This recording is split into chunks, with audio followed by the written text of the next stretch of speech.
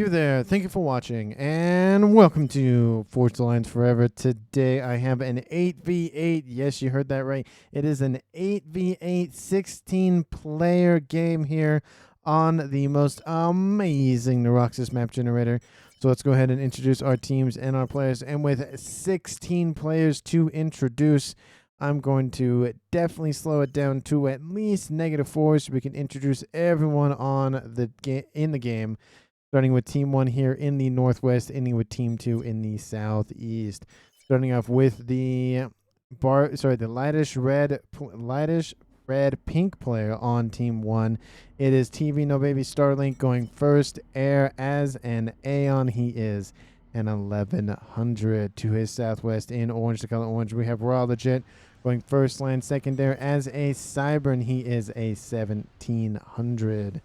To his northwest in Barbie Pink, we have the UEF player of One Big Andy going first land, and he is a 1200. And again, he is in Barbie Pink. In the rear guard air slot, we have the Giant Mechs 14 going first land as a Cybern. He is in Pac-Man Yellow, and again, he is a 1300.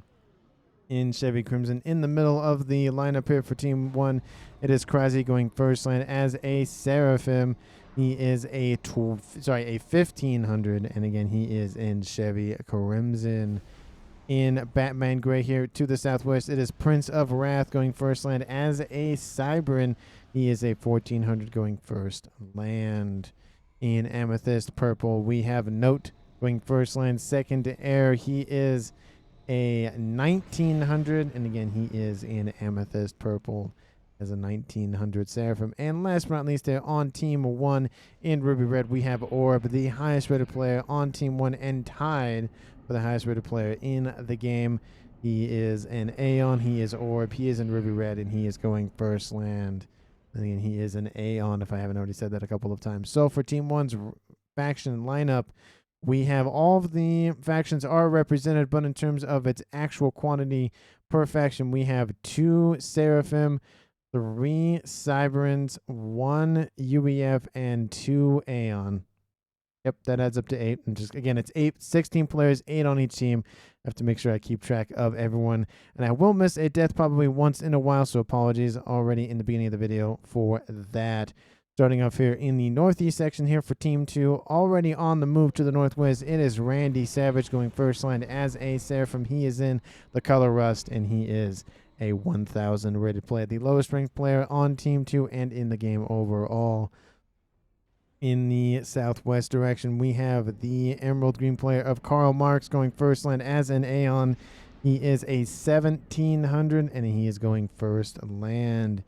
In Tropical Ocean Blue to his southeast, we have Darth Sand going first land, second Air as a Seraphim. He is a 1300, and he is in Tropical Ocean Blue. In the rear guard air slot here for his team in Snow White, we have Sano Man going first land, second Air as a Cybern. He is a 1500. To his northwest, we have the Light Oak Tan player of Maximus Triple X going first land, second Air. He is a Cybern, and he is a 1600. In Forest Green, we have Hyper 2001 going first land as a UEF. He is a 1400.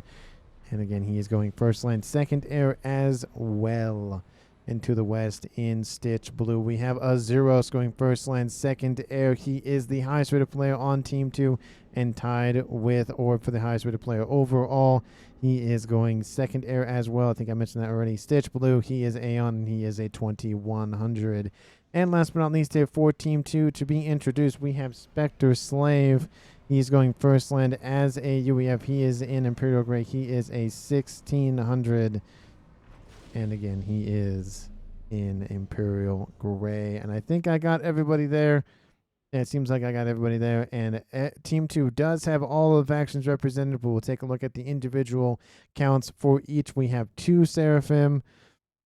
We have 2 Cybern, 2 UEF, and 2 Aeon. So 2 of each here for Team 2. That does not necessarily mean there'll be 2 of each at the end of the game, of course, but at least starting off, Team 2 has 2 of each. I'm making sure I do my math correctly because I feel like I didn't. And I did not, right? Because there's one Cybern. Sorry, there are one, two, one, two, one, two. Oh yeah, there's two of each. Okay, the icons keep moving. They keep changing points, and I was like, wait, I thought I saw another Cyber, but yeah, it is two of each.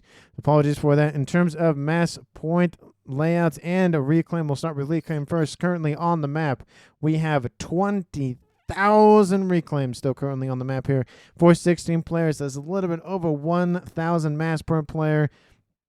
That is again, for 16 players, for 20,000 mass, that is pretty good. And in terms of mass point layouts, well, we do have a small island to the northeast with 2 Tri-Mechs positions. We also have a southwestern island with a decent amount more mass. There's an upper plateau section of that island. I wouldn't be surprised to see some naval facilities here soon, and there is one being built as I speak at 2.5 minutes, almost 3 minutes in this game, at still -4. So the game is progressing very quickly, even considering that sim speed. We do see in the middle of the map a couple of upper plateaus, and there are some land bridges to the other side of the map with some potentiality for some hover.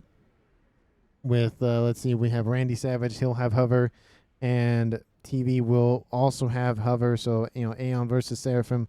There'll be some Aurora and some Zuri going at it. We do see a couple of flares going through the middle section of the map, chasing off some of those moles here for Team 1. And in terms of other mass points, we have Tri-Mechs at the heads of those land bridges. We do see an upper plateau section with some ramps so they can easily get up there.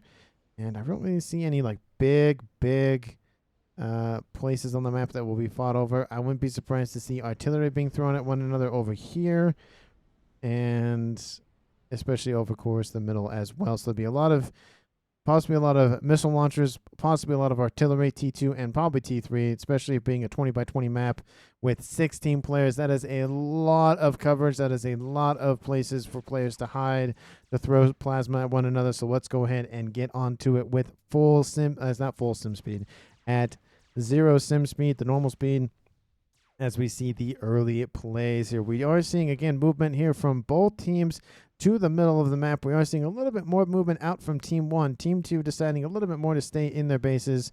We have at least 1, 2, 3, 4, 5 comms still in their bases here for Team 2. And we have rearguard intercept player. That would make sense. He's still in his base. But essentially everyone else, well, we do see this player, Prince Rat, still in his base. So 2 of the 8 players on Team 1 are deciding to stay in their bases. Transports out to the west here for both teams. It does look like Azuris is a little bit slow on the dropping off. It will give Team 1's Orb a slight advantage. He's going straight for the upper plateau section, while his comms going for the lower plateau section on the island. We are seeing lots of air scouts running around the map, trying to fill in the map here for both teams. You can see that's what Team 2 can see, and this is what Team 1 can see. They'll fill that in, of course, as time goes on. Ping's probably going to go around all of the map.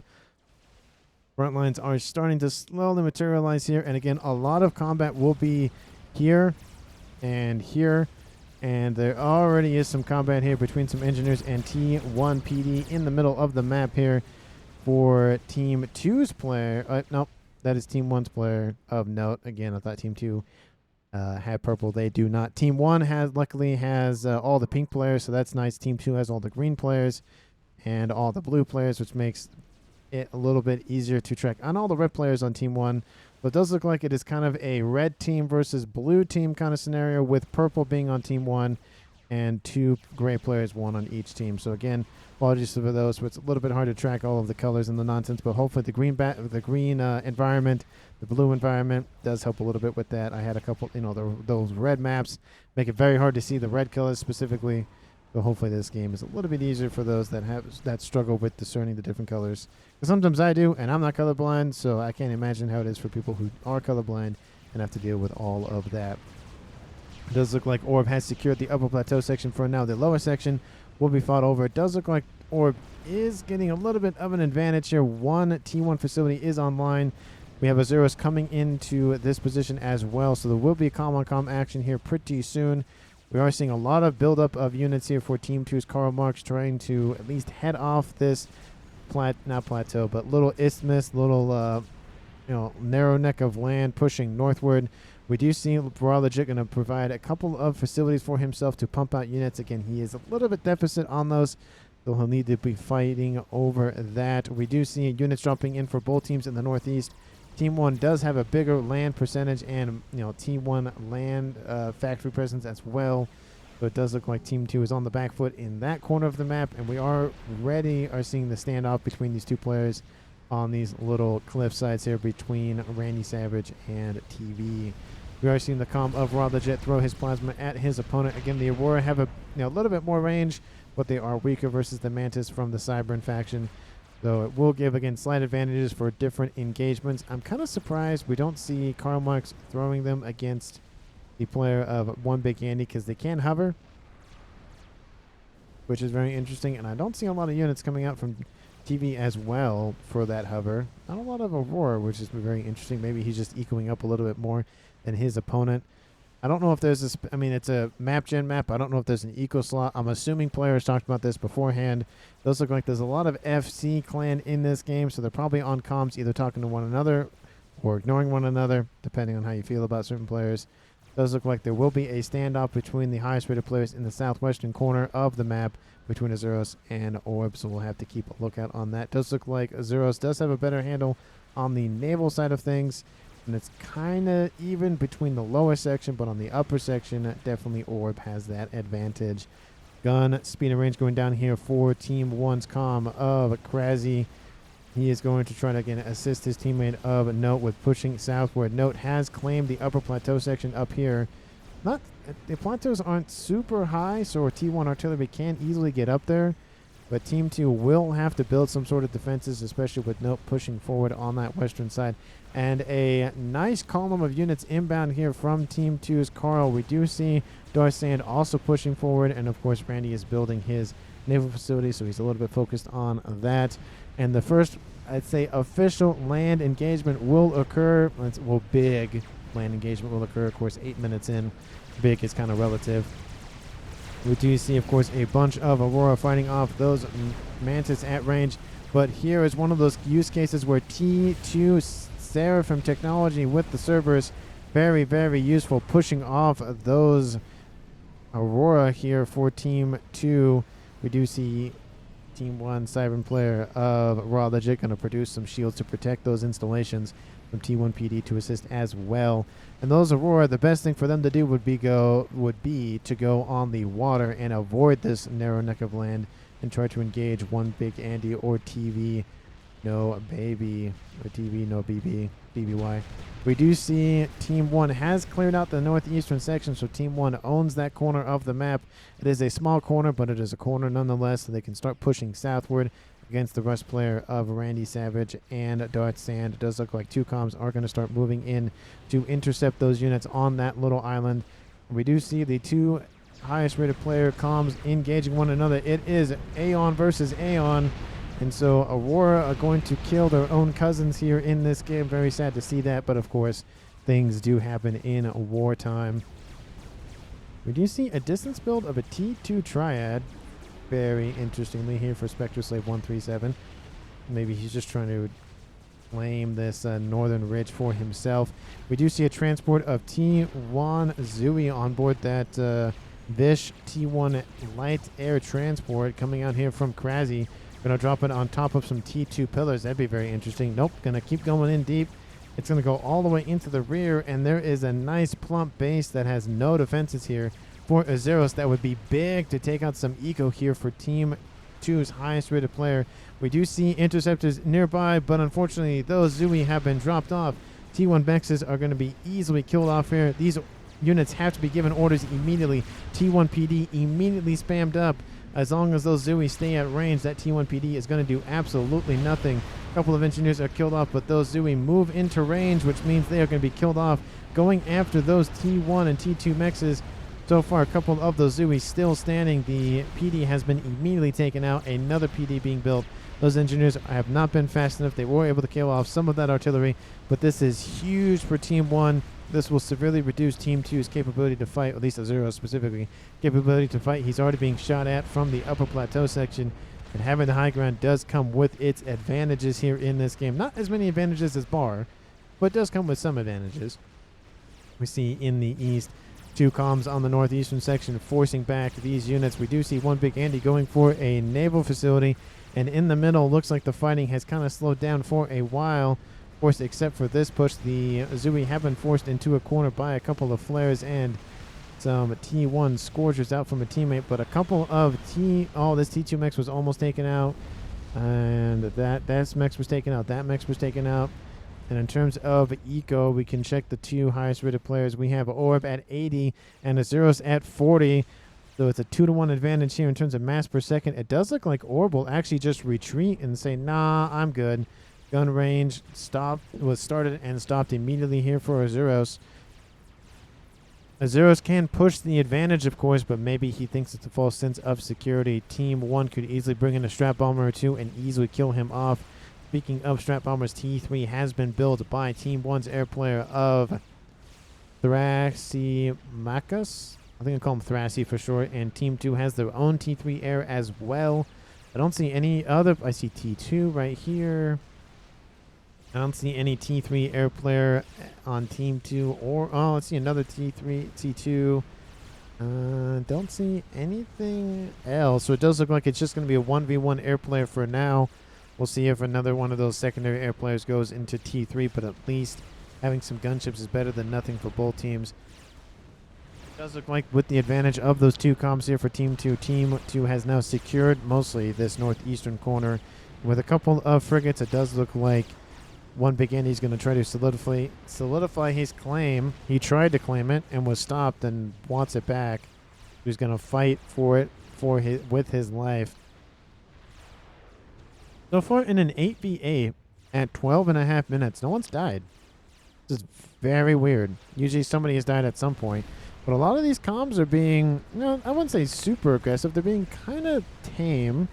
They're not doing any crazy plays. We do see a Krasi comm with a missile launcher on board going after some backline mexes and exterior mexes here for Maximus XXX. We do, of course, see Spectre Slave with his facilities with a couple of PD and TMD protecting this kind of very interesting little ravine valley. I'd say that's a valley between these 2 plateaus. And what's interestingly is because of this, he's put a T2 radar system using the environment to his advantage to protect it. Would like to see maybe just a T2 shield just to protect it even further. But, land is better. Land advantage in terms of the environment is better than nothing. We do see T2 units pushing up here for Maximus XXX against Note. Note has a T2 engineering suite and gun. And of course, we could always have Krasi come out of the water and try to intercept Maximus. He's being a little bit aggressive, as I talked about no comms being aggressive. In the northeast, of course, we do have the comms solidifying their island now. We have T1 bombers over the top going after one big Andy's facilities. A couple of frigates going to start roaming the water here in the northeast. And of course, the fleet is being built here by both teams now. Well, the pseudo-naval fleet here for the Aeon player of Orb. And Azuros is just kind of hanging back. He has gun and range on board, not advanced range, but something's better than nothing. Aurora have fallen back a little bit. Orb is just kind of content with his gains so far, has kind of denied a couple of mechs, at least one mechs here for his opponent. And in terms of mass per second, Team 1 at 742, Team 2 at 560, almost 200 more mass ahead than their opponents here in this game. But of course, that's divided between 8 players. So 200 divided by 8, what is that, 20? 25? Yeah, 25 mass per player, which is not a lot of mass advantage. And that could just be, a couple T2 mechs is fully ringed sort of thing. And one of them actually going T3 as we speak, but it's being shot by missiles. Definitely not the situation that Team 1's Note wants to be in. Is he already upgraded all of his other mexes? No, he's just upgrading this one for some reason. I don't know why. You would figure that he would upgrade his T3 mech, his backline T3 or T2 to T3 first, and then do this one. But he has a lot of engineering support, which is probably why he's doing it here. He's also getting some capping on that T2 mechs now to T. I want to see it finish. I want to see it finish. Come on, finish it. Ah, T3, there it goes. Gets a nice chunk in hit points as well. He needs to fight this attack off from Maximus or he'll lose this position. So he needs to be very careful. Of course, we do have Krasi nearby as well with his missile launcher. He could easily come in and assist, or at least throw some missiles against these Vipers here. And of course, the Cybern variety missile launchers can split even when they're shot. And we have Note trying to establish some sort of shields to protect this facility. He needs TMD. He's not doing it. And Azeros is defeated by Prince of Wrath. I did say I would miss somebody, and I did. Prince of Wrath, of course, is a T2 going T3 air player as we speak. Probably went for some gunships or Natha. Wait, is he Natha's? No, he would be Corsairs. And now the highest ranked player on Team 2 has been vacated from this game. He did build up a nice fleet, and we do have Hyper moving in to the west and goes, nah, I'm out. See ya, bye. We have the pseudo-nebula units here, these blazes pushing forward against the fleet here for Team 2's Spectre Slave. And now Orb. It does look like Zeros got a little bit too cocky, pushed forward a little bit too further, and it does look like Team 1 was able to take advantage of that. And now with the death of Azeros, it's a 8v7 in favor of Team 1 here at 16 minutes in this game. Just when I thought no one would die before 20, somebody did. Nope, being pushed by T2 Rhinos. T2 Vipers coming in, and we even have some T2 Nathas here for him as well, trying to throw these units back. We of course see the Rhinos focusing on the T3 mechs. The T2 mechs have been taken out. A lot of investment went to that T3 mechs. So Note is striving to keep that online. Most of the units have been dealt with, but there are still a couple of missile launchers and some Rhinos to deal with. That comm is able to deal with most of those. That T3 mech's down to 700 hit points, 600 hit points. And that Rhino is going to die, but two more are on the way. T1 Razui online here, coming out from assistance from Krasi to assist. But unfortunately, that T3 Mechs goes down, and that upgrade was definitely not well placed, and it is killed off, takes out some mass for their opponent. And now the gap between the mass per second for both teams is only about 160 versus the almost 200 it was earlier on. We see a squadron or so of T2 Storks, those torpedo bombers here, being built by another T3 air facility built by Hyper. So we have at least three players on Team 2 going T3 air. We did see, of course, Prince of Wrath going for T3. We have another T3 facility for Krasi, and maybe possibly T3 for Andy. And it's a Dead Land. We have 3 T3 air facilities online for both teams. Tactical Nuke going to be built here by Hyper, and he's going to force back Orb if it's the last thing he does. We have those Tort Bombers have been given orders to move westward and are now going to intercept at least, I think the destroyers would be definitely the target that I would go after. One-shotting essentially most of those frigates. And there goes another. Oh, misses that target, but gets that one anyways. There's a single destroyer still online. Here come those squadron of Tort Bombers. They are engaging those targets. They are going after those destroyers. Destroyers try to retreat, and everything will go after the first one. Definitely overkill on that first one. Could have essentially given some orders to go for the second one as well. But now we'll give some momentum back for Team 2 to push forward. There's a couple of AA Thistles and some interceptors inbound here for Team 1. A couple more destroyers in the back. The second one going to be pretty much killed off. The squadron has split into wings now, so 2 wings here versus 1 squadron. Cruiser is online, and ASF's inbound here from Team 1's main air player will definitely assist with dealing with those Tort Bombers. Will relieve some pressure here in the southwest, but not all of it, of course, because it will take some time to fully push out Orb and Team 1 from this area of the map. We're seeing a lot of build up here in the east, and the invasion from the water kind of started, not really. I feel like it's not going to be committed fully. A couple of bricks on the front line will force back a lot of these T1 units. They are Thams, so they're not the weaker Aurora, but again, against a couple of T3 bricks with a lot of hit points, it's going to take a while for all those T1 units to chew through it. Does look like Krasi and the player of Note have tried to combine forces here. Krasi hasn't built anything. He's just hiding underneath the shield coverage. Note trying to reestablish this Trimex position that he once had. And a drop once again coming out from Krasi going after T2 Mechs. Man, he's doing really great work with those drops. Really just annoying Team 2 and their ecoing.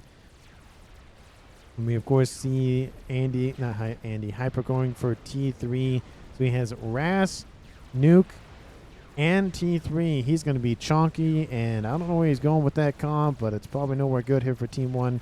Team 2 has fully secured the northeastern section. It does look like a lot of facilities were taken out by Team 1, so it's essentially just holding the position, not necessarily owning it. And the line of T2 Blazers are now crossing the water and have made their way to the other side of the map, opening up the bricks. I think the bricks were the main distraction force while the Blazes moved in. That is a ton of Blazes. T3 Bombers, those strategic ones coming out from Darsan to help deal with this amount of units. In terms of the amount of Blazes still alive, 52 T2 Blaze tanks. That is a lot. Team 1 Interceptors inbound here from 2 players to deal with the T1 Bombers. T3 Bomber is inbound. Will face some of those missiles coming out from those Interceptors. Now T3 ASFs coming in to cover said Bomber, and more Blazes are being taken out by the second, and that has now given a lot of room for Raw Legit to push forward on this eastern side with his force. He has a lot more chunkier units in terms of bricks. The Calm of Randy is getting out of dodge, doesn't want to stay there very long. All the units in the east are pushing eastward. It does look like Randy Savage has given everything over to his teammate of Karmarks to help assist with defenses and the eco, of course, because it's easier for one player to give everything over and double the eco of his teammate to pump out a bunch of units for defense versus trying to do the same thing at the same time between both players. We haven't seen a lot of incursions by Team 1 into the mainland, by Team 2 into Team 1 into the mainland, but we'll have to see if that will change. We have seen some incursion, but nothing like this in the east. Those Blazers are still pushing, and I'll zoom out a little bit as we talk about what's going on so far in this game. Team 1 has 8 players left. Team 2 has 7 players left. Azuros, their highest ranking player, has died. Was killed off by Prince of Wrath by, I'm assuming, Corsair, Snipe, something like that. Gunships maybe as well. Didn't see it exactly. I do apologize, of course, for that. Let me know down in the comments who you think in terms of which team is going to win. And again, in terms of mass per second, Team 1 at 1.6, Team 2 at 1.2. 400 more mass per second in Team 1's coffers, and of course a lot of that has to be dealt with a lot of T2 mechs being taken out. Map control isn't really going to be a factor in this engagement because those Blazes will eventually be killed off. What's really going to determine it is if Team 1 can get engineers on that landmass and start producing their own facilities to start securing it. But it's not really the case right now. And again, let me know if you what you're feeling about the game so far. Let me know my casting style, all that sort of thing. Any corrections that need to be made in terms of anything in terms of stats, in terms of players, in terms of pronunciations. Let me know. Of course, I love to read your comments. I greatly appreciate them. If you haven't done so already, hit that sub button, hit the like button, hit the comment section, of course, hit the share button, and let's get on back to the main casting, of course. Let us see. We do see the missile launcher coming out from Hyper 2001, forcing the shields to just do they're overworking. That's the word I'm using here for Note. Note needs some Team D, and he needs it now. Most of those Blazes have been dealt with by T3 Harbingers and T2.5 Ilshis, and it is, again, has constantly been distracting Team 2. One force going east, one force going west. It does look like this force is being pushed back by a Colossus. So Karmarks is going to be able to nip this in the bud and be able to force this back. Unfortunately, Team 1 is building a crab and has given them a lot of time and space to do so. We do see a couple of Sao Isils still online here for the rest player of Randy Savage going after this T1 facility here for Wild Legit. We'll be able to take out the engineer because he's in the water, but the Blazes won't be able to be targetable because they are not in the water. Of course, see some other Sao Isils here for Karmarks as well. Calm is on a transport moving southward. If Team 1 noticed, that'd be very deadly. And Team 1 does have their own T2 naval facility, so cruisers are on the line. And that's probably why that transport carried that Calm out of range, because that would have been deadly very quickly. Laser coming on board here for Maximus. Again, very aggressive. Has Nano on board, has Gun on board. Going to go for advanced gun, essentially. Laser. If you didn't check out a couple of videos, I think it was it yesterday, 2 days ago? There was the video of a player with cloaking and laser. Definitely check that video out. His laser is better than the Novak's laser, and that is in reference to the thumbnail. We have a counter Billy Nuke coming out here from Team 1. But okay, so let's see. Oh, that's a Billy Nuke. Maybe he misclicked by accident and hit something. I don't know what that's about. He's at 12,000 mass killed, so he has 5-star veterancy on that commander. I don't see any. All the UEF players should be in the north. Because Seraphim, Cybran, there's a Aeon, there's a UEF player, one Big Andy. Yeah, I don't see. Yeah, that's the only UEF player. And there's no redirect. Unless there's a Loyalist hiding somewhere, but I don't see that. The Loyalists do have the ability to redirect tactical missiles. That's the only thing I can think of. Why that or was a misclick, one of the two. Maybe he meant to move there. The transport is moving around. It's going to the east to help support the eastern front. He's going to go into the water, and the push has commenced. The Colossus was not able to end the construction of the Megalith. There are T3 forces going to be able to scoop up the rest of that, though. A couple of T2 Cerberus are not going to be able to withstand the amount of firepower coming off those Harbingers. And now this position here for Raw Legit will collapse very quickly. And now we see an incursion by Team 2 into the mainland of Team 1. Cloaking on board here for Maximus Triple X. He is going to do the cloaking laser move. As long as there's not Omni around, he should be perfectly fine. Once he is spotted, essentially the end of the game here for them. It's a very risky play, high risk, high reward. We love to see those kinds of plays in these games, and especially in an 8v8. You got to do something flashy to get that MVP or MUP award, depending on sometimes MUPs can be for 1,500 to 1,600. Sometimes MVPs can be for 1,000. It just depends on the game and how I feel. It's all according to my whims, of course, because I am the caster. But it's also been a little bit determined by you guys, because you guys comment about what your feelings are, your opinions are. I do take those into account. I've modified some of what I do because of that, and I do constantly, I haven't asked for a while, but I should be. Constantly should be asking, hey, how should I improve my cast? How should I do this? How should I do that? How should I pronounce this? Awasa instead of Awasa. So I do kind of say it both ways still anyways, but I do like to pronounce it the correct way. We see a horde of T1 bombers inbound here from Krazy. There's a nice air grid being established here for himself. But as a long line of green coming to the north to cut off Team 1's players of TV and one Big Andy. One Big Andy's over here. He was over here, I think, at some point. And he has fallen back to the west. And this facility here for TV will be immediately destroyed. We have some bricks coming in to intercept those here from Team 1, but that is not going well. And they are still going. Bombers are not really that effective. We do have a Monkey Lord coming inbound here from Prince of Wrath to really cut off this supply line. We also have Hyper 2001 with his, Billy Nuke commander. There's a lot of forces here sitting in the water. They need to be deployed. They need to help deal with this bleeding, because that is a lot of incoming units. It does look like the order has been given to retreat. A lot of those units are T2 Ascendants, Flak Artillery. With the inclusion of the Monkey Lord, they are going to all retreat. The Harbinger is going to try to do the best they can to assassinate any sort of mass they can. They're really dropping the mass here for Team 1. Team 1's at 2.2, Team 2's at 1.8. But unfortunately here for Team 2, there are the T3 Torrent-class missile ships of the Aeon on their doorsteps.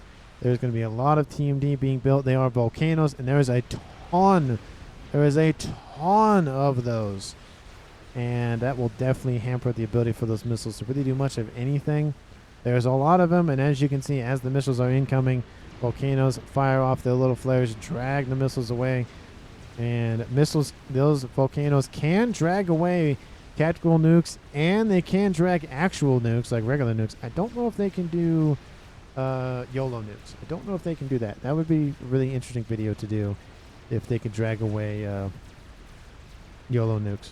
That'd be a lot of testing, though. But anyway, we see Nano Repair going on the way for Randy Savage. He's still in this game. He gifted everything over to his teammate, and he's only producing 1 mass per second. But in his view, it's better to hand it off to a more experienced player so he can defend and get the win, versus having it himself and, still trying to defend, but not as effective as it would be in the hands of a more experienced player. We do have the counterattack coming out from Team 1. We have cruisers in the water here, providing some nice suppressing firepower with those missiles, taking out some mixes. This T2 and T3 army is going to be pushed back by those blazes and that Monkey Lord. The Harbingers are going to be, of course, the main target for those Monkey Lords, because that is the main firepower. But we see T3 Whalers inbound, going after the Monkey Lord itself. There is some flak nearby in this army here coming out from TV, but those T3 Whalers do have a chunky amount of hit points, almost 6,000. The Monkey Lord dropping into the yellow, sub half of its hit points, and those Whalers are focusing the AA first. Definitely the move to do, and then target the main thing you want to go after, even if that allows the Monkey Lord to essentially get away or get mostly away. Keeping most of those gunships online is definitely the way to go, and we even have some broadsword support inbound here from Hybrid 2001, and that Monkey Lord will die right before it reaches the water. Those gunships are going to be taken out, and it does look like an air fight will commence. Does look like all those ASFs will be chewed up by Team 2's ASF force from Sanoman.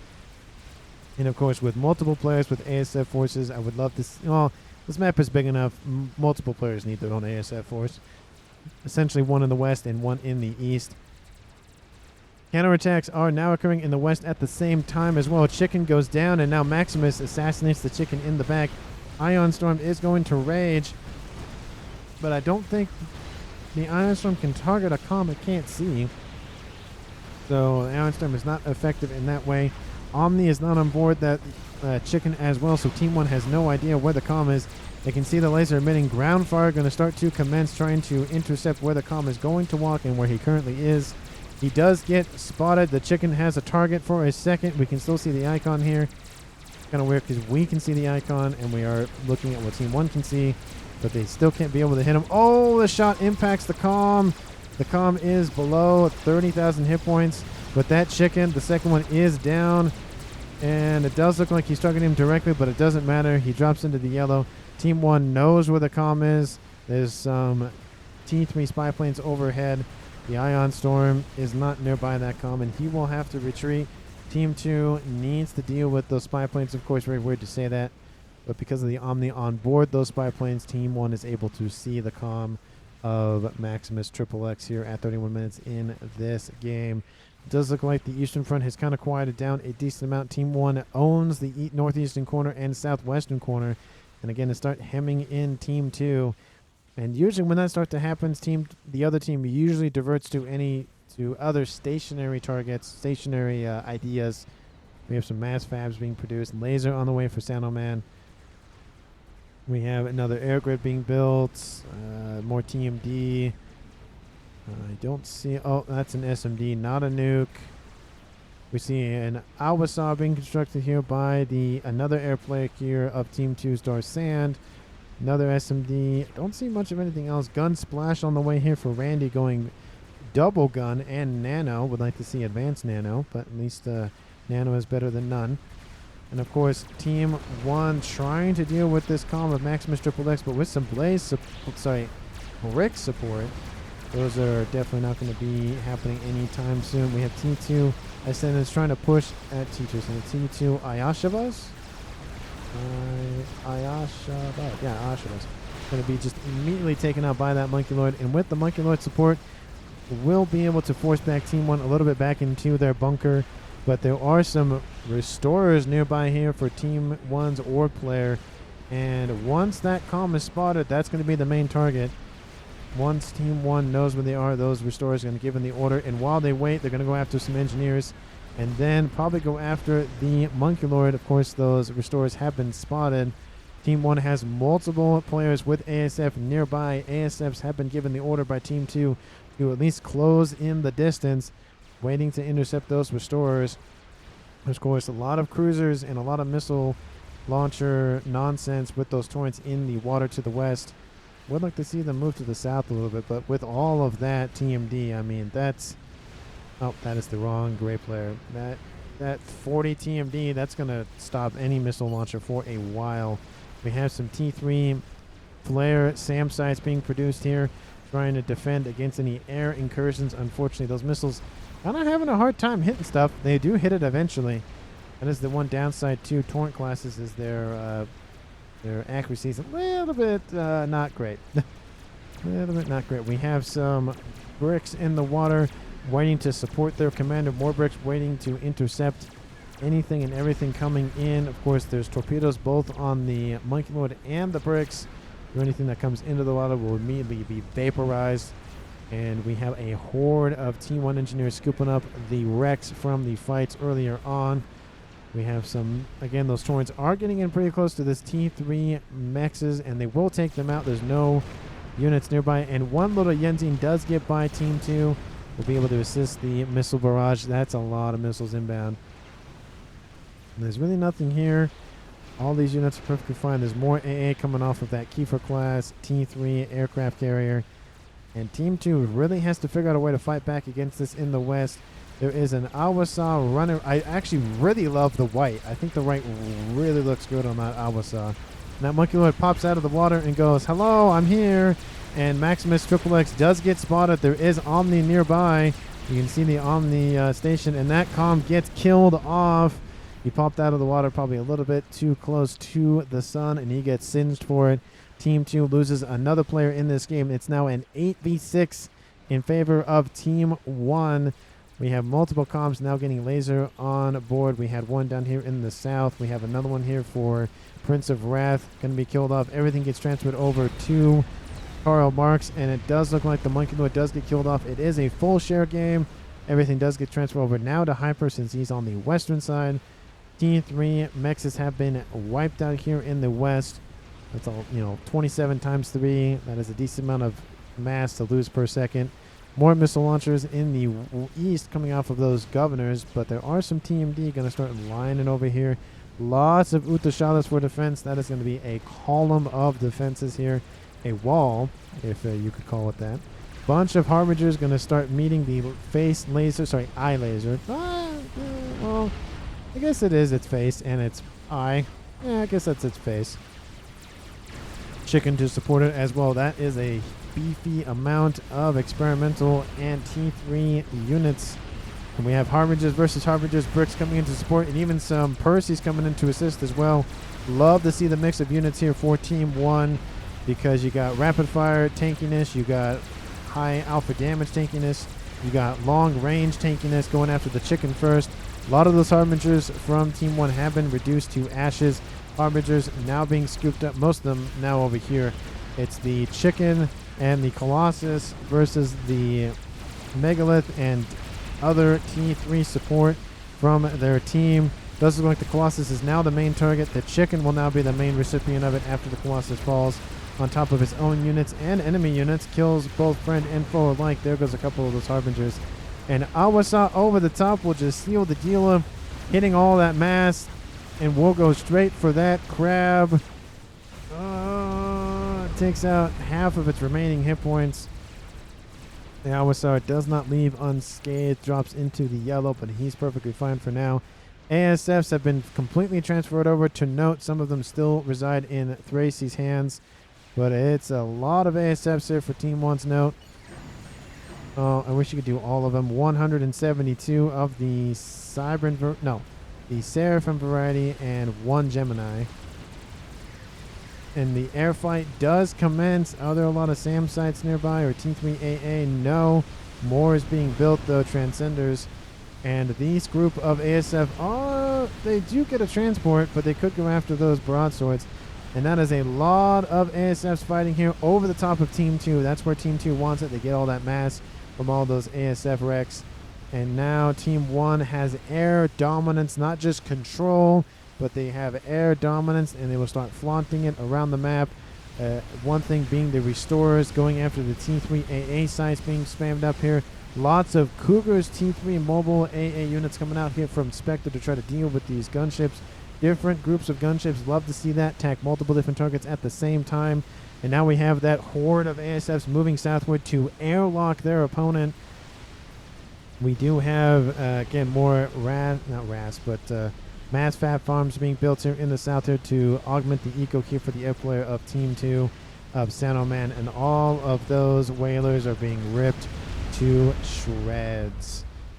We have a Billy Nuke going after some of those Torrent class missile ships in the water over here.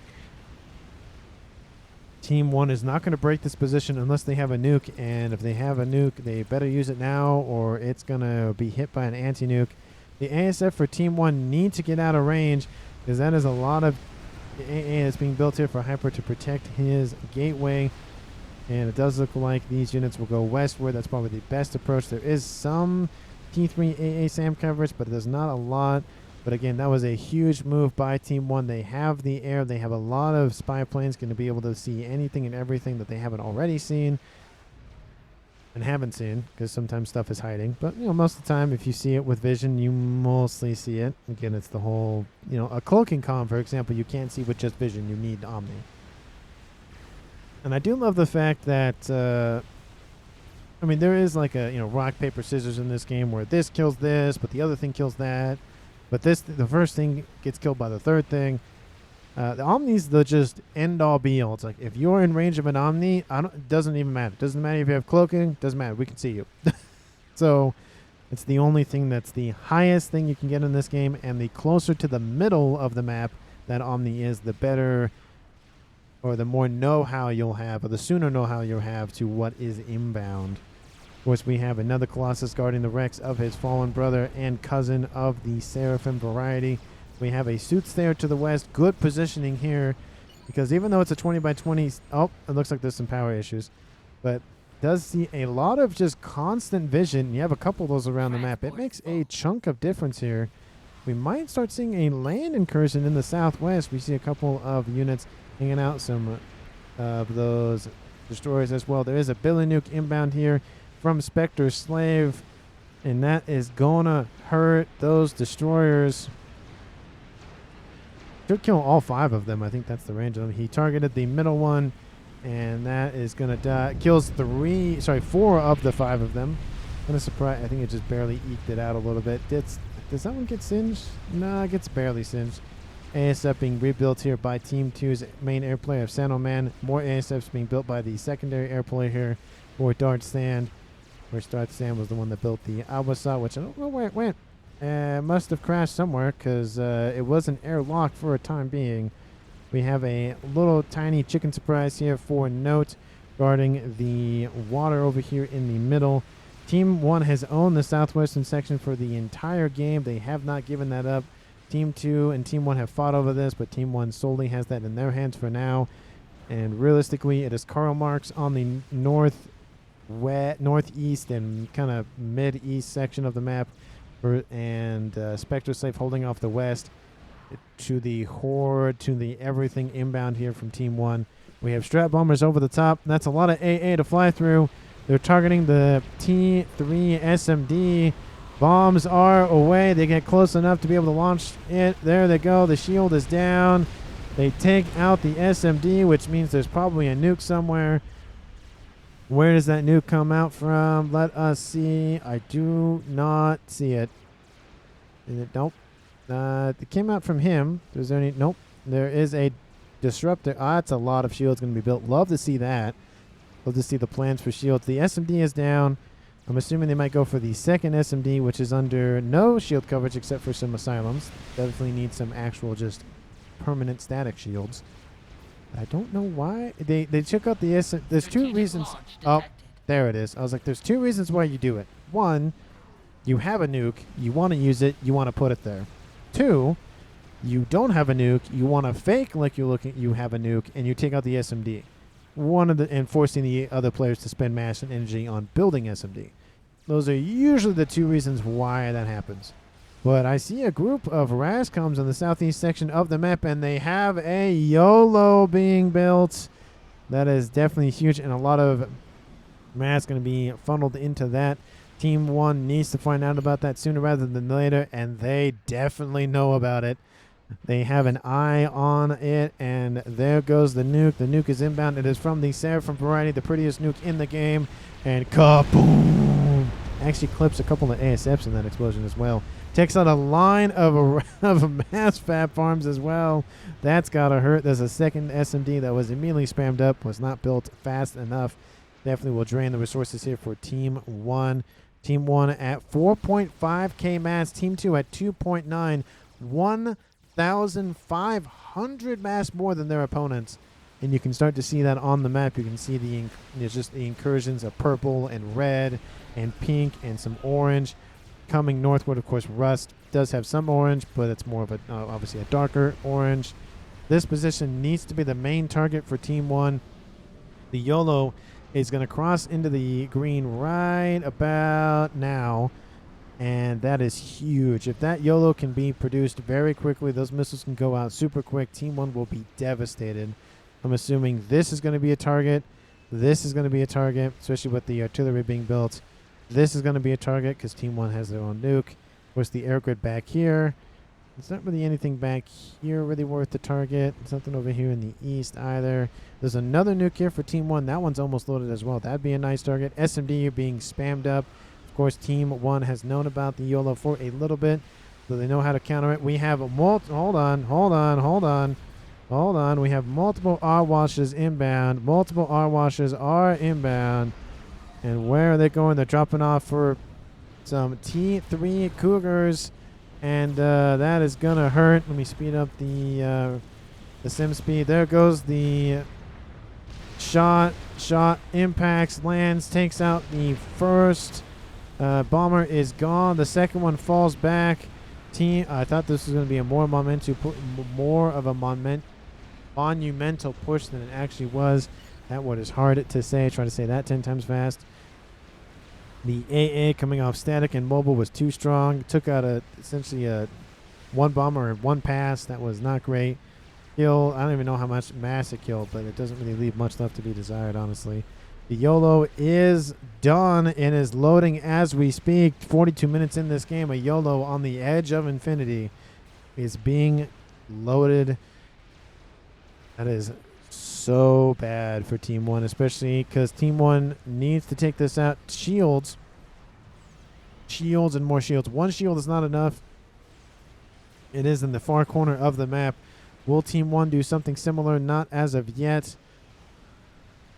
We have SMD being loaded, of course, all across the map. Nothing in the middle, though, so that's definitely a sore spot hit for Team 1. Team 2, essentially, their main goal is to hold off Team 1's forces until that YOLO can decimate them. Lots of T3AA being built. 108 of them covering the southwestern approach. The first YOLO going after the front line attacking units, and most of them already gone. And that's kind of a waste here. One Colossus will go. Oh, no, it won't even go down. Scratch that. There's a lot of Harbingers in this mix. But that's a lot of infrastructure to chew through, so that force is not going to do a whole lot. Definitely not the best use of a nuke.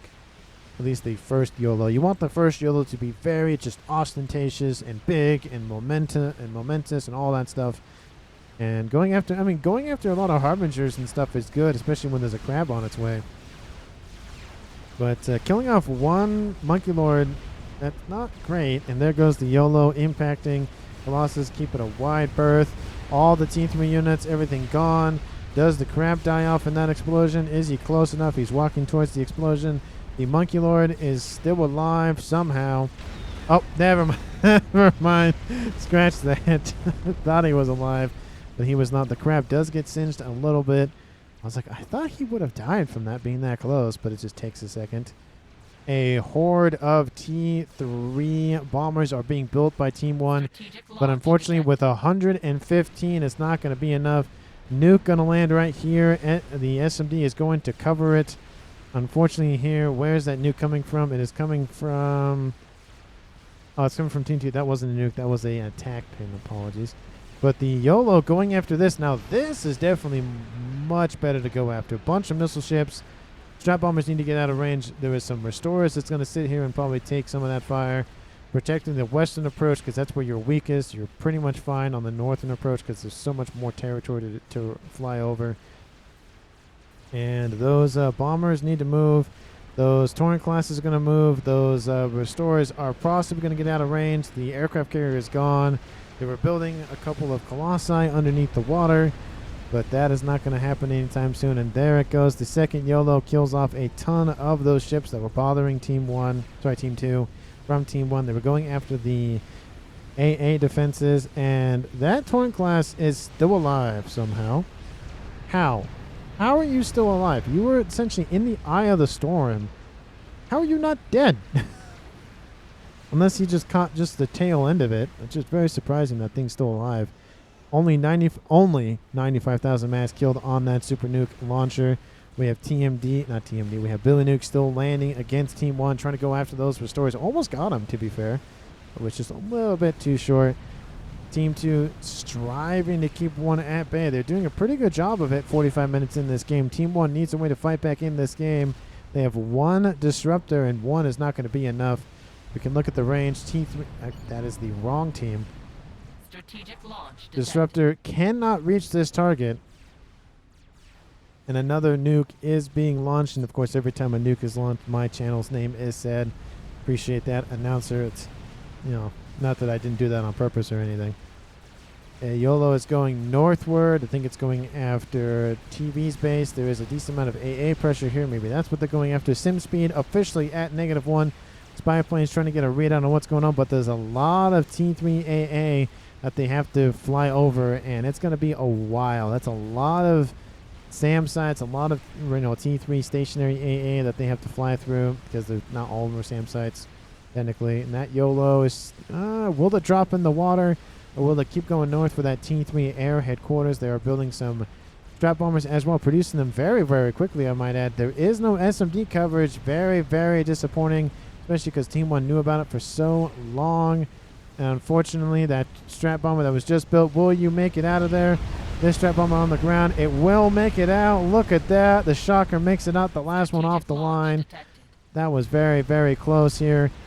And now the next one gonna go here, and now it's just gonna be just cutting out the front line here for Team 1, allowing Team 2 to come in and start pushing against Team 1 in the land game.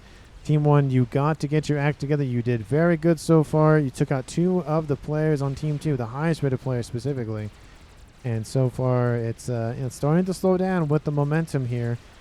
And if Team 2 didn't go for this, I feel like the momentum still would have been in Team 1's favor for a while, but it's not looking good here for Team 1. They need to deal with this Yolo. There is a lot of SMD coverage starting to be propped up, but you need to start launching those nukes and taking out frontline structures and stuff. The SMD is not loaded. There is a monkey load on its way. We have missiles being launched here from the west from this battery. There goes that Yolo, going to land on that base not once again, but the base will die once again. We had a monkey load that was just under construction. Kaboom! And I've also kaboom. So I'm going to make sure I do all my kabooms. Another nuke, of course, being launched. I'll say that or not. I probably will stop saying another nuke, another nuke. The comm of Spectre Slave in the air over here. Don't know where he was going, but decided to get out of Dodge. There was a huge amount of ASFs nearby here for Team 1. Team 2, maybe there is some strap bomber rushes. There is a chicken, but one big Andy decides to control K. Let us saw another message. I think it was just him. Team 2 loses Randy Savage as well. I think maybe that was the message that I missed because it just popped up very quickly. Now it's a 7v5 and still in favor of Team 1. Everything that one big Andy owns will go to Team 1's player of Orb. Orb now has a lot of eco under his belt. He has 1.8 thousand mass per second. So start fueling that into something else. I would love to see a Paragon. I would love to see, oh, there's that. There's a Salvation. And with the Salvation, that thing should have infinite range, which it does. And it's going straight for that Yolo. The eye is going right on top of it. Team 2, I warned you needed shields. I told you needed shields. You didn't listen to me when I said you needed shields. And therefore, we'll start paying the price for your lack of vision. Salvation is just known for taking out shields. That's what they're known for. They're annoying to deal with because of that. That's why a lot of people build them after building Paragons, because they just rip through all the defenses. The shields are starting to fall. A lot of assistance on the shield though, so might be able to stave off this Salvation fire. But at 0 speed, it's kind of hard. Well, actually 0 speed, it's actually not that hard to tell. But it does look like with a couple of additional backup shields, it might just be enough to stave off one Salvation fire. So, forgive me when I said that. I thought the one shield wasn't going to be enough, but that is a lot of support, to be fair. Another nuke is being launched. It would be really, really funny if a Salvation could snipe a nuke out of the air. I wonder if that's ever happened, if a projectile from one, artillery something could actually hit a nuke and kill it. Be very. That's another interesting video if you could try to do that. It would. That's like very use case. Nukes are being launched all over the map for Team 1. We have one down here from a silencer, another one in the clip. We have one of them coming out from Team 1's. I think that was from Raw Legit, right? I don't. That one already get shot down? No, we have strap bombers. That's from Team 2. Nuke is inbound. We have SMDs back here. Are they loaded? No and no. Is this one going to be able to hit it? No, it's not. Oh, no. Oh, no, it goes short. No, that's such a missed opportunity. Oh, obviously because I say that, but silencer can't go for it. But it's clearing out some of that AA coverage. And here come those shockers. They are inbound for Team 1. A lot of AA to fly through. A lot of, ASF to fly through. Are those amounts of strap bombers going to be enough? I don't think so. The ASFs for Team 1 get in behind. There's still more AA to fly through. All of those bombers are going to go down. That is definitely disappointing here for Team 1. They did take out some AA coverage. They needed more of this to be gone. They needed the ASFs from Team 1 to be gone. It was mainly the ASFs. Had the ASFs not been there, we have 2 Awasaws inbound as well. The ASFs will redirect to that. Those bombers are not getting anywhere. First bomber is down. The second bomber will follow it very shortly. The bomb does drop, trying to go after some of those defenses, but it's mainly the ASF, not necessarily the defenses, but the SMDs. Oh, that was a great grab. The amount of impact from that bomber was able to hit the shields and kill it off. Another backup SMD is being built. We have a Paragon here for Team 2. We have a Paragon and a YOLO, and now we have a spam of salvations being built by Team 2. A secondary YOLO was built. What is this? This is a crazy game here, folks. Team 1 has the eco, but Team 2 is just like, nah, we don't care. We'll build infinite resources because why not? Look at this. Look at this line. Let's just kind of line up that other YOLO. There's a Paragon in there as well. What is this? We have a salvation targeting that YOLO to the northeast. Strategic launch No, well, to the north, not necessarily the northeast. That is and another Paragon being built because why not? Team 1, you didn't build a Paragon. What's wrong with you? You have 1.3 mass, or had 1.8. You have 1.3 mass for a second, and that is definitely a missed opportunity. Scath is being built. That's not going to work. Not against all the shielding. You need a Mavor, essentially. We have a Prince of Wrath surrounded by SMDs. He says, come and get me. No, we don't see much of anything else. We do see a Mavor being built in the rear. A lot of assistance needs to be going to that if Team 1 wants to stay in this game. But Team 2, that one YOLO, all of that effort to get those... Strategic launch detected. Oh, another facility gets taken up by a nuke. But all of that effort to get those bombers inbound. I didn't even notice the Paragon or the secondary YOLO. That has got to hurt. And now we just have nukes flying every which way across the map. Coming out from the west as well from that silencer, trying to eke it out just a little bit. Second YOLO. That is a lot of incoming fire. And I don't think that silencer has the range. Oh, I don't think that silencer has the range. It can target essentially here. There's a lot of mass traps that could go down. You hit it right about here, and you could probably get all 4 of them, honestly. But it doesn't matter. It's Team 2 has a Paragon, so it doesn't really matter. I feel like that nuke could have been a little bit closer. Takes out all of that. Does actually take out this one, so takes out 3 of the 4.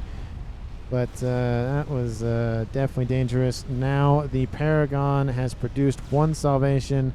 A second Paragon is being built by the assistance of both Spectre Slave and Hyper 2001. Almost said one big Andy, but that's Team 1. Of course, the main Paragon is going to be targeted. Tertiary Paragon being targeted. Is there 2 salvations online? But the salvation for Team 1 is being targeted, and the shielding is falling very, very quickly. Unfortunately, here for Team 1's orb, they don't have the shielding. They're building a second salvation. You could have just built a Paragon with all that mass that you were funneling. Team 2 decided to play the defensive, let me sit in my base and eco thing. In this case, let me sit in my base and build 2-3 experimental game enders. And that is just devastating here for Team 1. The amount of momentum that's just been killed. Team 1 is now reacting instead of acting upon Team 2. That has got to hurt. And with 16 players in this game, something crazy usually happens. Didn't even see the second YOLO. Didn't see the Paragon. Salvation, more of them coming online. They cannot get through the shielding. It's not enough. You have UEF and Seraphim shielding. The two, again, my opinion, the two best shielding in the game. That's just me. Again, obviously, the Seraphim being the best with 21,000 capacity, 17,000 here for the UEF variety. Another YOLO launching, and yeah, this is just, and I don't even know if I could speed up even if I wanted to. Nope, it's at 0. Kind of had that feeling with how much is going on still. Strategic launch detected. Salvation going to the west now? No, that's Disruptive Fire. Going after SMDs, it looks like. That's the main target here. If they can take out all the SMDs surrounding this position, Team 2 is down for, of course, with the Paragon. That's a big explosion. We have a Crab charging forward. There's not a lot of defenses in terms of units. The only way Team 1 can really win this is just throw a bunch of stuff at Team 2. But I don't think that's going to happen anytime soon. It's all experimental units. I thought somebody died.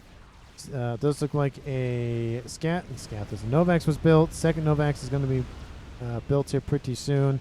Yeah, it does look like the SMDs are the main targets here for Team 1. That's honestly probably the way to go. There is some teleporting SACU nonsense. A lot of the shields did fall. Perfect opportunity for some of those shells to land here, but now a second Salvation is online. That Salvation for Team 1 is going to go down very, very quickly now. Darsan hanging out, building a Mavor. 3 of the 4 game enders in one location. Will we see the 4th one in this game? In the the YOLO landed. The Calm of Raw Legit gets out of range just barely. We saw Scathis being built. Yeah, oh, nope, it's here.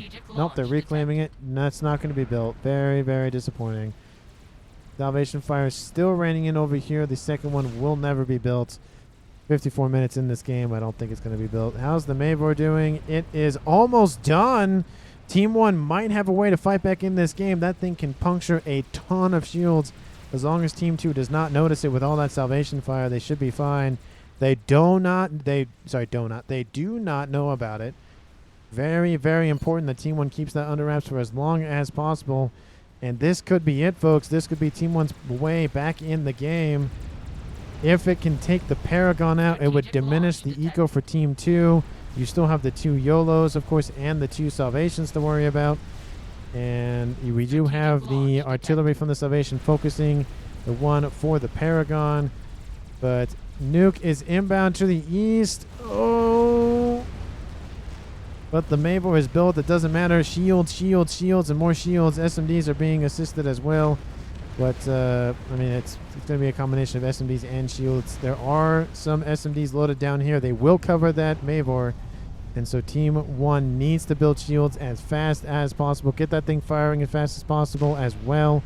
Mavor shards are now traversing the map. The Paragon needs to be the primary target. Those Mavor shells are now starting to impact.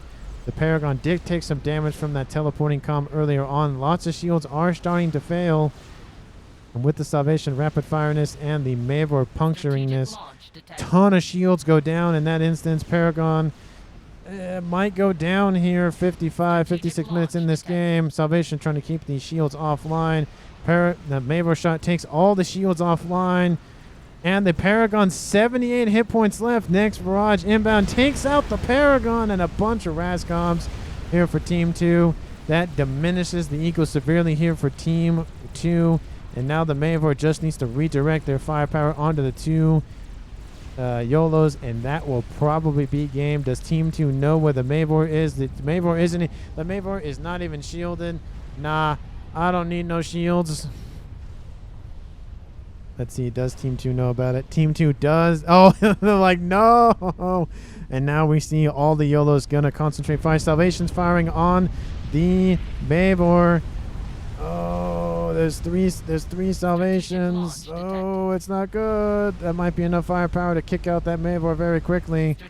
Team 1. Oh, no. Team 1 and Team 2, they're fighting back. Mavor's taking a lot of hits. See, that's why I said you needed those shields sooner rather than later. It wasn't the nuke eliminators you need to worry about. There goes the Mavor. The Mavor's down. A couple last shields impacting. Do you take out at least one of the Yolos? They took out one of the Salvations.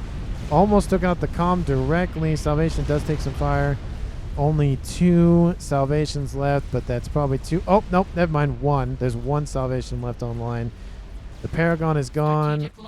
It's got to hurt, but the 2 Yolos are still online. Does not matter. How's the Salvation? Salvation's still online for Team 1. 20 hit points left. Just want to reiterate that. 20 out of 10,000 hit points still alive. See, now that Scathus would be very nice. Disruptor still online. Mavor is down, but the YOLO is down the Paragon is down. The second Paragon, it's going to take a while to rebuild that amount of HP. And that 1 Salvation is underneath shield coverage. This would be the target to go after, not necessarily the YOLO. Now we can see the Salvation targeting the Salvation. There it is. Some shots impact around it. Once that Salvation is down, Team 2 is defenseless in terms of artillery. Nukes landing, taking out defenses all along the way. Spectroslave decides to control K.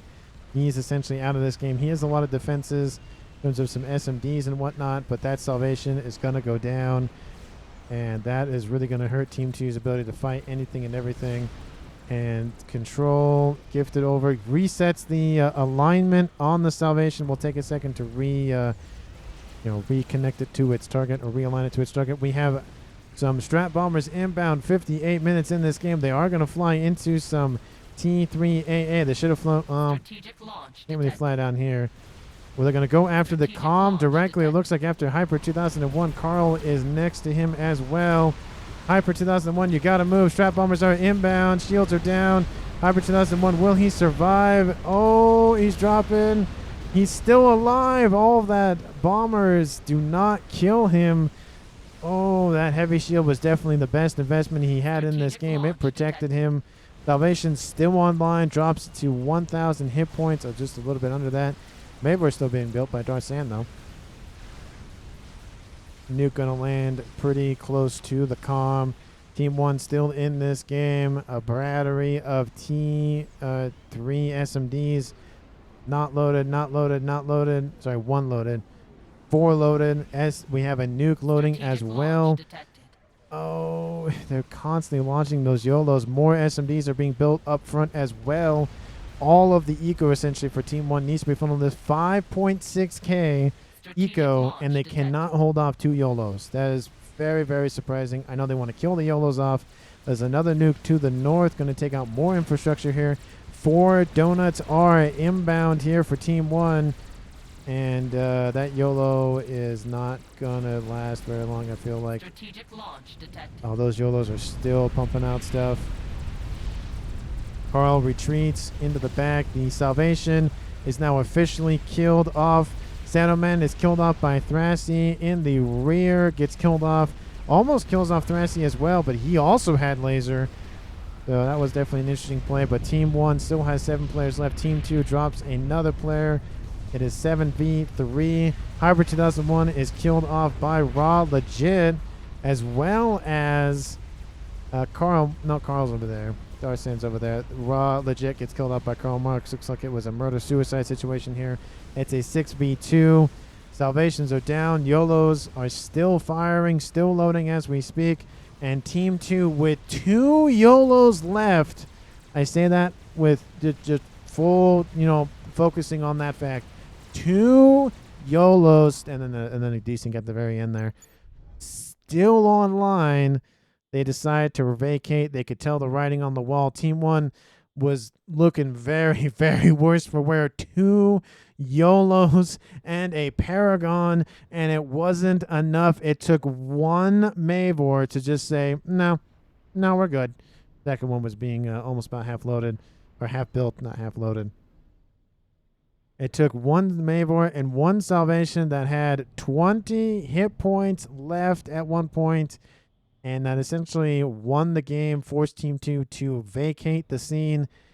That was such a crazy match. We had multiple, backup Paragons being built and a Mavor as well. But it goes to show you, even if your opponent has more stuff than you, more everything than you, essentially, besides mass per second in this case, you can still win. And Team 1 definitely showed that. The APM was probably a factor as well. We had ASFs colliding for the Czars. I feel like if Team 2 really consolidated, really built a lot more shields surrounding those Yolos, they probably could have survived.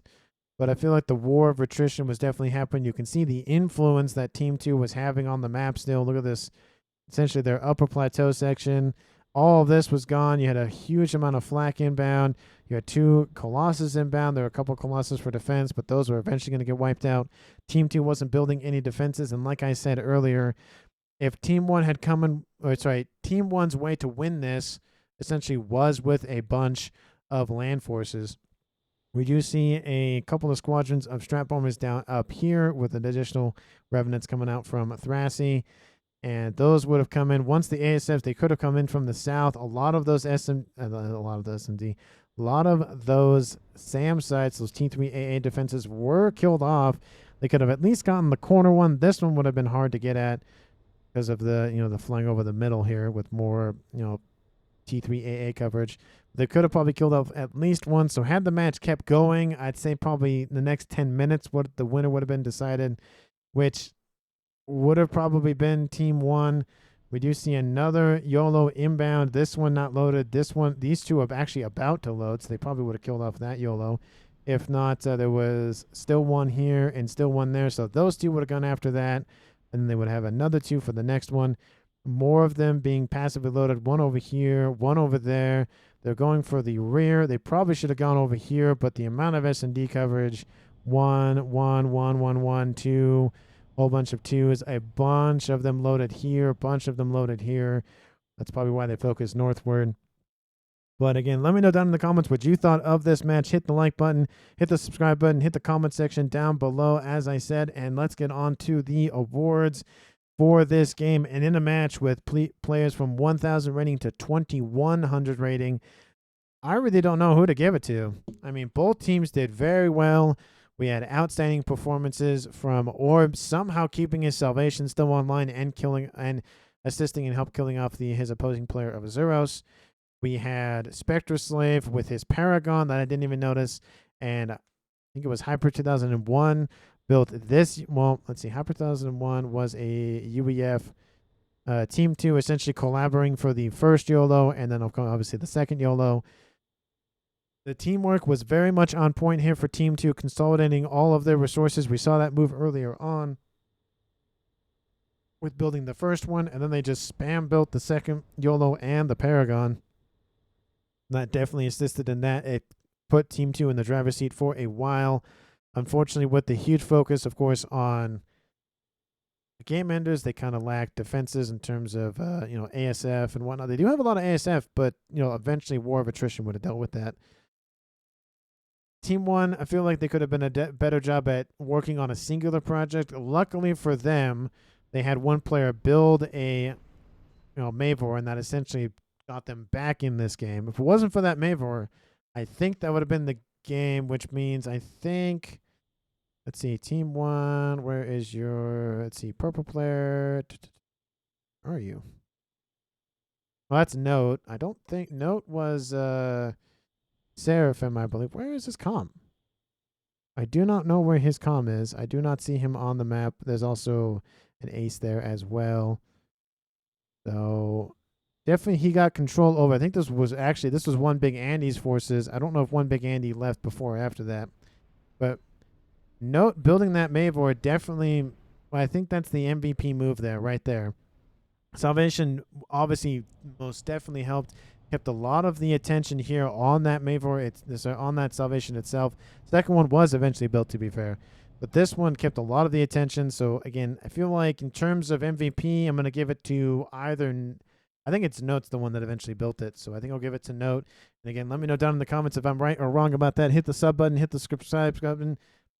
Hit the subscribe button. Can't even talk at the end of that game. And again, thank you so much for watching to the end of the video. And I will see all of you in the next one.